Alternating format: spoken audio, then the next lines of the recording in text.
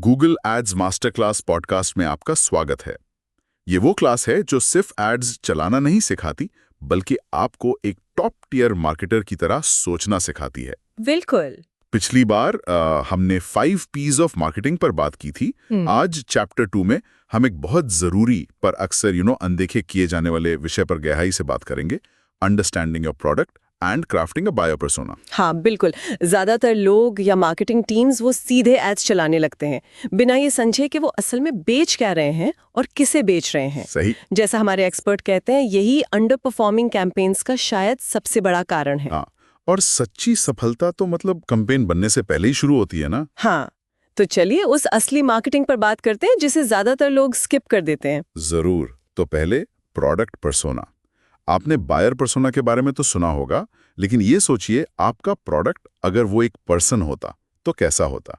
इसे हम कहते हैं प्रोडक्ट पर्सोना। इंटरेस्टिंग कॉन्सेप्ट है। इसे समझने के लिए कुछ 6 जरूरी सवाल हैं जो पूछने चाहिए। हाँ, जैसे पहला, what pain does your product solve? मतलब फीचर्स नहीं, असली समस्याएं क्या हल करता है। अच्छा, पेन पॉइंट। दूसरा, what makes your product unique और बेटर? आपका वो एक्स फैक्टर क्या है, क्यों कोई इसे चुने। राइट। और तीसरा है, what emotion does your product trigger? क्या वो रिलीफ देता है, कॉन्फिडेंस, सिक्योरिटी? हाँ, और चौथा ये भी जरूरी है, who is it not for? मतलब किसे टारगेट नहीं करना है। बिल्कुल, एड स्पेंड बचाने के लिए ये जानना बहुत जरूरी है। फिर पांचवा, how does your product want to be seen? Premium दिखना चाहता है, फ्रेंडली, या शायद बहुत ही टेकी? ओके, और आखिरी छठा, और ये बहुत महत्वपूर्ण है, what are your product's limitations?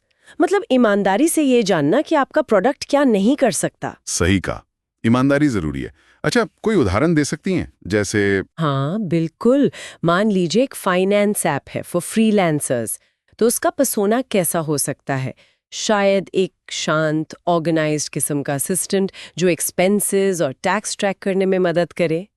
उसकी पर्सनैलिटी शांत होगी, टोन प्रोफेशनल और सपोर्टिव होगा, और ये साफ होगा कि ये बड़े एंटरप्राइजेस के लिए नहीं है।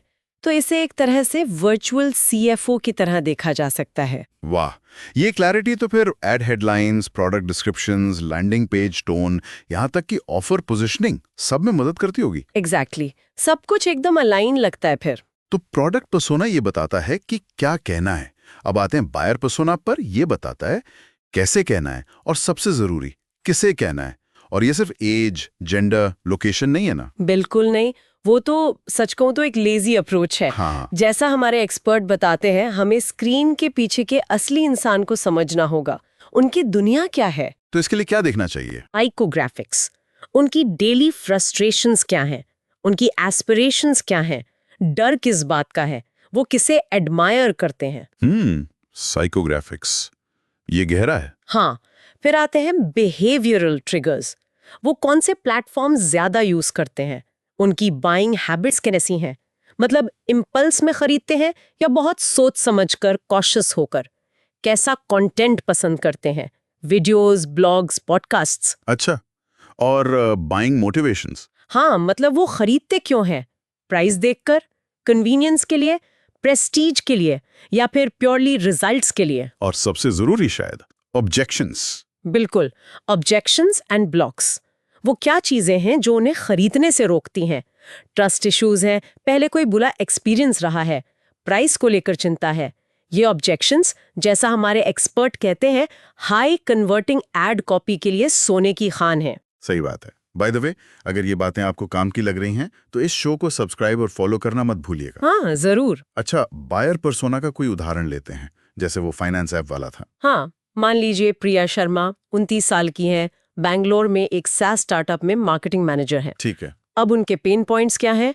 शायद लीड्स कन्वर्ट नहीं हो रहे, ROI दिखाने का प्रेशर है, और एजेंसीज पर भरोसा नहीं रहा। गोल्स क्या है? CPL कम करना, SQLs बढ़ाना और अपनी टीम में रिकॉग्निशन पाना। ओके, काफी स्पेसिफिक है। हाँ, और हैबिट्स, लिंक्डइन पर एक्टिव हैं, कम्यूट में पॉडकास्ट सुनती हैं, कोई भी बड़ा डिसीजन लेने से पहले गूगल जरूर करती हैं। ट्रिगर्स। अगर उन्हें लाइव डैशबोर्ड एक्सेस दिखता है तो वो एक्साइटेड होती हैं, लेकिन एजेंसी शब्द देखकर स्केप्टिकल हो जाती हैं। समझ गया। तो अगर आप प्रिया को ध्यान में रखकर ऐड लिखते हैं, ना कि किसी भी मार्केटिंग महिला को, तो वो ऐड रेजोनेट करेगा। एग्जैक्टली, आप जीतते हैं, कनेक्शन बनता है। सही कहा। ज्यादातर कोर्सेज तो बस बटन्स क्लिक करना सिखाते हैं, है ना? हम यहाँ दिमाग और व्यवहार, मतलब साइकोलॉजी और स्ट्रैटेजी सिखा रहे हैं। बिल्कुल। प्रोडक्ट और बायर पर्सोनास ही वो चीजें हैं जो प्रो मार्केटर्स को उन फ्रीलांसर्स से अलग करती हैं जो बस बजट बर्बाद करते हैं। ये हाई कन्वर्टिंग एड्स के पीछे की सुपर पावर है असल में। हाँ बिल्कुल।